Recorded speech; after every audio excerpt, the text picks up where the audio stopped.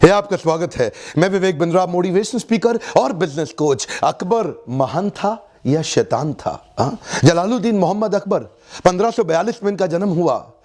ये हुमायूं के पुत्र थे, जहांगीर के पिता थे, तीसरे शासक, सबसे सफल शासक रहे पूरे मुगल एम्पायर ये सारे शासनकाल के दौरान। बचपन में इनके पिता इनके साथ नहीं रह पाए थे, माँ भी इनके साथ नहीं थी, जिसके कारण ये काफी कठिनाइयां महसूस करी, पर वो स्कार, वो दाग, वो धब्बे इनके जीवन में नहीं दिखाई पड़े। बड़े फियरलेस, पावरफुल, मिलिट्री एक्सपर्ट के एक वॉरियर के रूप में ये बड़े हुए। वैसे तो बचपन से ये अनपढ़ थे, लेकिन बड़ी लाइब्रेरी 24,000 किताबों की इन्होंने अपने पास रख रखी थी। इनका मानना था मुझको पढ़ना नहीं आता, कोई बात नहीं, मैं उस काम पे फोकस करूंगा जिस काम पे कोई फोकस नहीं कर पाता। पढ़ाने के लिए इन्होंने लोग अपने पास रखे जो रोज शाम को किताबें खोल खोल के इन्हें कई किताबें पढ़ाते रहे। लगभग 24,000 किताबें डाइवर्स सब्जेक्ट पे इन्होंने पढ़ डाली और अपने शासनकाल के दौरान सबसे ज्यादा विभिन्न हिस्सों को उन्होंने अलग अलग स्ट्रैटेजीज के साथ जीत के दिखाया। शुरुआत इन्होंने राजपूतों के राजस्थान आमेर से करी। आमेर के राजा को तो ये बिना लड़े ही जीत गए और बाद में तो आपको पता ही है, आमेर के राजा जो थे उसकी पुत्री जोधाबाई से इनका विवाह भी हो गया। मैट्रिमोनियल अलायंस बिल्ड करने में बड़े तेज थे।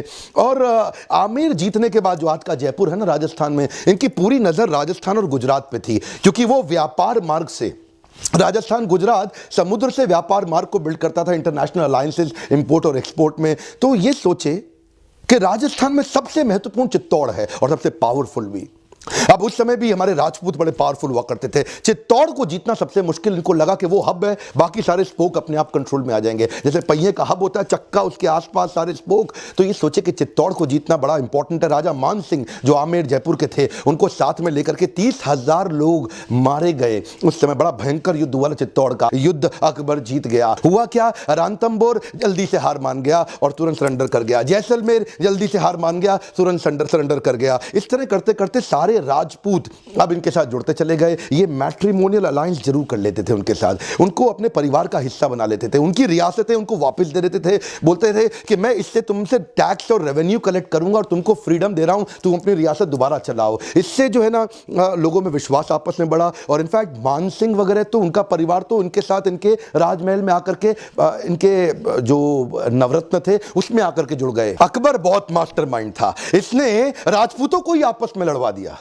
राजपूत से लड़ने लगे। इसने राजा मान सिंह जिसको अपने साथ में कर रखा था, राजा मान सिंह से महाराणा उदय सिंह को लड़वाया, राजा मान सिंह से महाराणा प्रताप को लड़वाया। ये पूरा राजस्थान तो जीत गया था, लेकिन छोटी सी एक रियासत मेवाड़, मारो मेवाड़ी सरदार जिस पे दोधारी तलवार राणा, महाराणा प्रताप का वीडियो आपने देखा होगा। इसने भारत के उस समय के नॉर्थ वेस्ट सेक्शन को पूरा कंट्रोल में कर लिया। कश्मीर से काबुल से कांधार तक और उससे पहले का जो बलूचिस्तान पाकिस्तान का हिस्सा है, वो नॉर्थ वेस्ट सेक्शन को उसने बड़ा मजबूत बनाया। ये शुरू से जानता था जब भी अटैक होगा भारत पे, ये सेंट्रल एशिया से होगा। सेंट्रल एशिया समझते हैं ना, कजाकिस्तान, तुर्कमेनिस्तान, उज्बेकिस्तान, किर्गिस्तान, ये सब अफगानिस्तान, यहीं से सारा अटैक आता है। देखते हैं आप, हमेशा पंजाब के लोग फियरफुल हैं, हरियाणा के लोग बड़े पावरफुल होते हैं। आप उस तरह पाकिस्तान में जाएं, लोग बड़े लड़ाकू होते हैं। उसका कारण है जो नॉर्थ वेस्ट है, हिंदुस्तान और पाकिस्तान का ऊपर का सारा सेक्शन, ये लोगों पे बार बार इन्वेजन हुआ, इन्हीं के ऊपर बार बार आक्रमण किए गए। साउथ की द्रविड़ स्टेट चारों,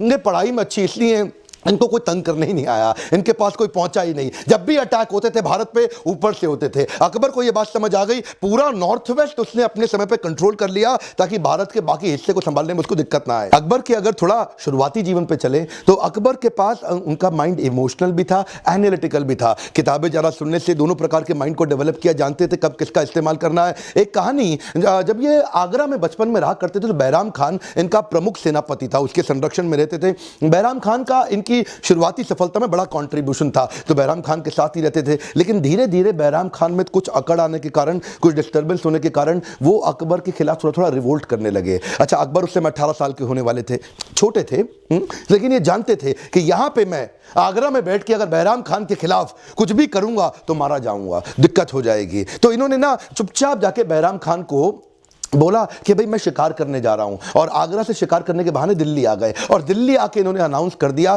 फरमान जारी कर दिया कि मैं ही शासक हूं, बैराम खान का कोई रोल नहीं रहा। अब बेचारा बैराम खान जैसी तैयारी करा युद्ध करने की, अकबर ने उसको तुरंत दबा दिया और बैराम खान ने जल्दी हार भी मान ली। वो अकबर को मारना भी नहीं चाहता था। इससे इनकी डिसीजन मेकिंग की क्षमता 18 साल की उम्र में पता लग जाती है कि रिएक्ट नहीं किया उन्होंने। आगरा में आकर के, दिल्ली में आके ध्यानपूर्वक सोच समझ के रिस्पॉन्ड किया। आगे भी इनकी कई आदतें थी कि अपने शत्रुओं को माफ करके उनको अपना मित्र बना लेते थे। कमजोर शत्रुओं को अपने खिलाफ बनाए रखने से अच्छा है उनको एक पावरफुल मित्र क्यों ना बना दे। बाज बहादुर जो कि मालवा का शासक था, उससे लड़ने के लिए उन्होंने आदम खान को भेजा। आदम खान ने जाके बाज बहादुर को उखाड़ दिया और वहां जाके शासन करने लगा। लेकिन आदम खान का स्टाइल तो वही था ना, अफगानी तुर्की स्टाइल, जाके औरतों की इज्जत लूट लेना, उनको तंग करना। तो ये अकबर वापस आया।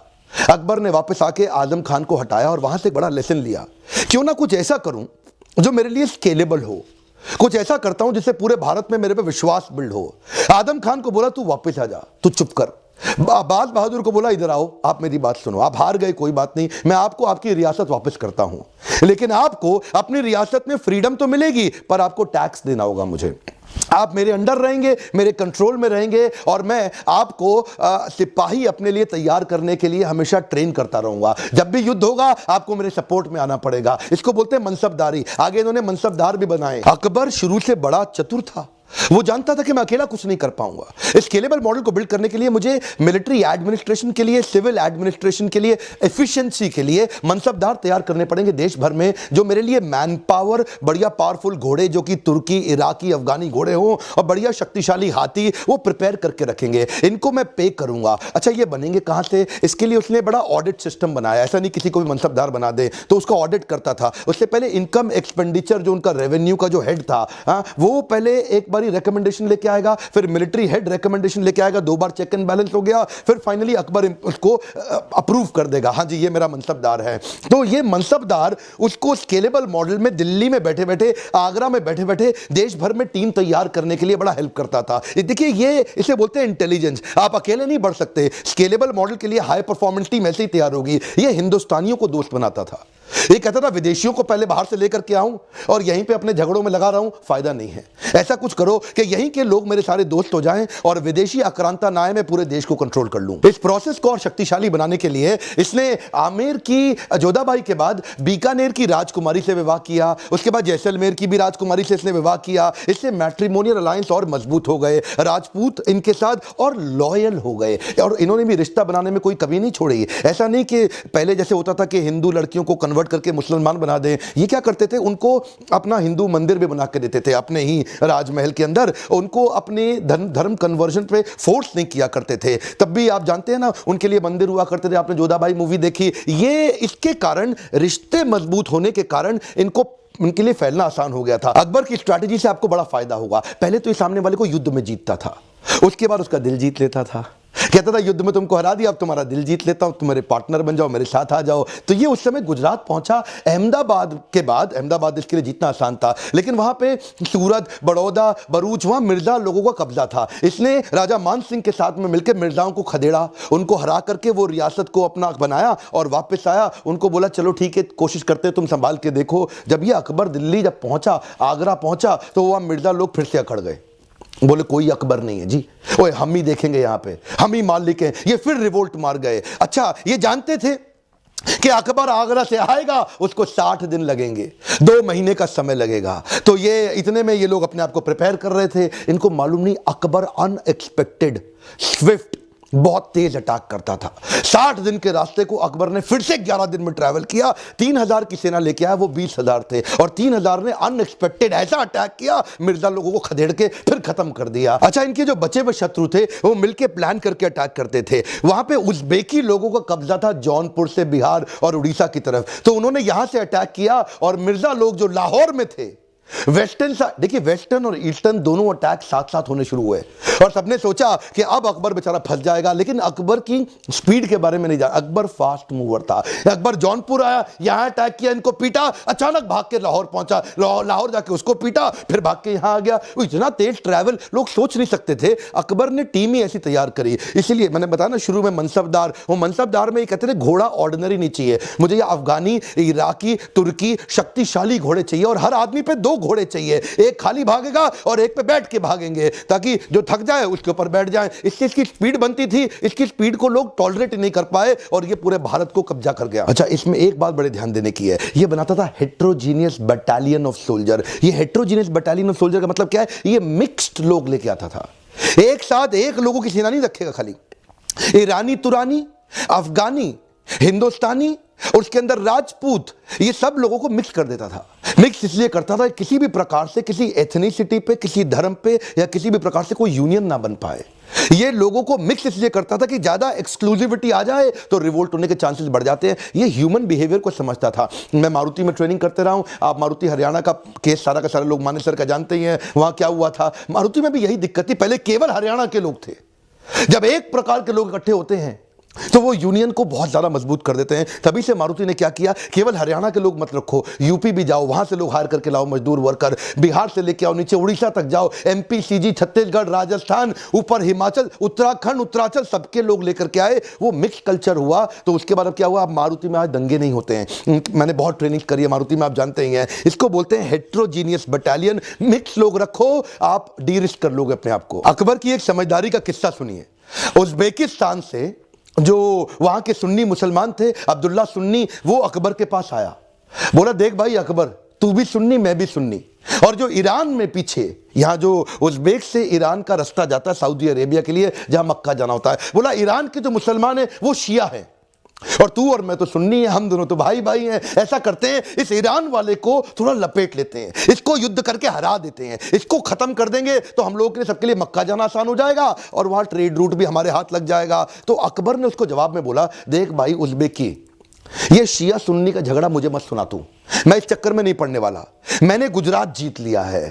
तेरे को अगर लोगों को भेजना है मक्का तो तू उज्बेकिस्तान से पहले गुजरात ले आ और मैं यहां समुद्र के रास्ते उनको मक्का भेज दूंगा, बिना झगड़े के काम भी चल जाएगा। देखिए अकबर जानता था कि ये लोग जब गुजरात आएंगे ना तो इनके पास ट्रेड बढ़ेगा। ये जानता था E is equal to E. क्या मतलब हुआ, economy is equal to empire. जहां पे इकोनॉमी है, जिधर पैसा है, वहीं एम्पायर बिल्ड करता है। ये गुजरात एक्चुअली जीत के इसलिए आया। देखिए बाहर तभी सब अच्छा चलेगा जब पहले आपके घर में सब कुछ अच्छा रहे। ये घर में जो उन्होंने अपने नवरत्न बिल्ड किए थे ना, इसकी तारीफ मैं पहले भी कई वीडियोस में कर चुका हूं। हाई परफॉर्मेंस टीम तैयार करने में ये एक्सपर्ट हैं। इनके पहली बार किसी मुसलमान शासक ने पूरे मुगल काल में अपने हिंदुओं को अपना मिनिस्टर, अपने नवरत्न बनाए।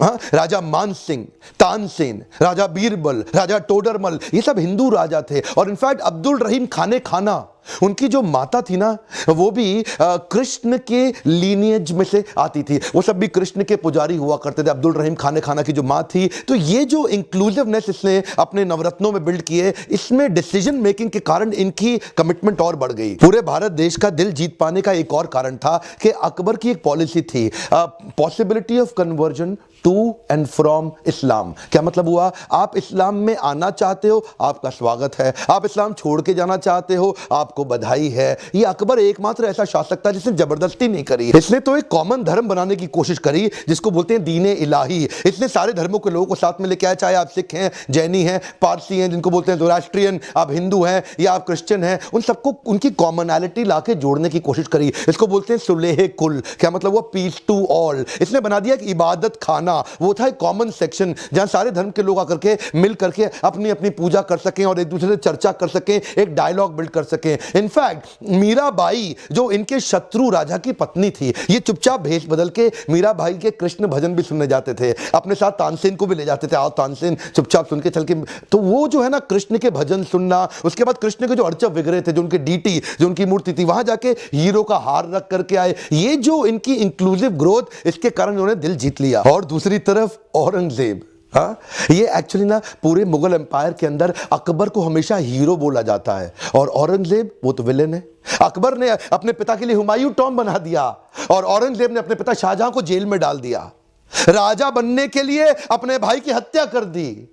उधर अकबर ने एक्चुअली पिलग्रिमेज टैक्स हटा दिया कि आपको गंगा में स्नान करने के लिए टैक्स नहीं देना। औरंगजेब ने फिर से पिलग्रिमेज टैक्स लगा दिया, गंगा में स्नान करने के लिए आपको टैक्स देना पड़ेगा। इसने जजिया हटा दिया। जजिया क्या होता है, किसी भी नॉन मुस्लिम को शरिया में बताया गया है कि उससे आप टैक्स ले लो। इसने जजिया फिर से लगा दिया। अकबर टोल टैक्स सबसे यूनिफॉर्म लेता था कि किसी भी कोई टोल टैक्स कौन सा होता है, कोई व्यापारी जा रहा है गुड्स एंड सर्विस लेके तो उसे टोल टैक्स लेते हैं।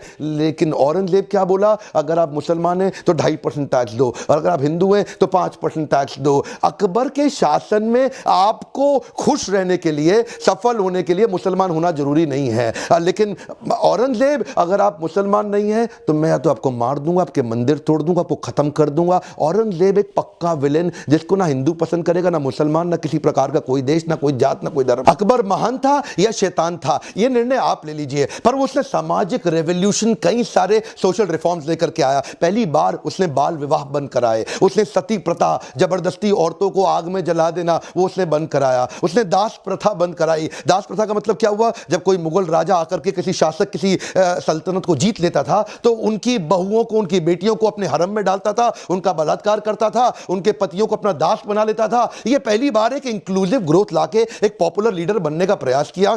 और हमारे देश को भी ऐसे ही अच्छे, पावरफुल, शक्तिशाली लीडर चाहिए जो सबको साथ लेकर चल सके। वो नहीं चाहिए जो जाति और धर्म पे लोगों को बांटे और काटे। इलेक्शन का समय, डिसीजन आपको लेना है कि कैसी सरकार अच्छी होनी चाहिए। कमेंट बॉक्स में मुझे बताएं कि ऐसे कौन से लीडर्स हैं जो आपको लगता है, राजनीतिक लीडर, जो हमारे देश को, सबको साथ में लेकर के डेवलपमेंट करें, ग्रोथ करें और नौटंकी नाटक ना करें।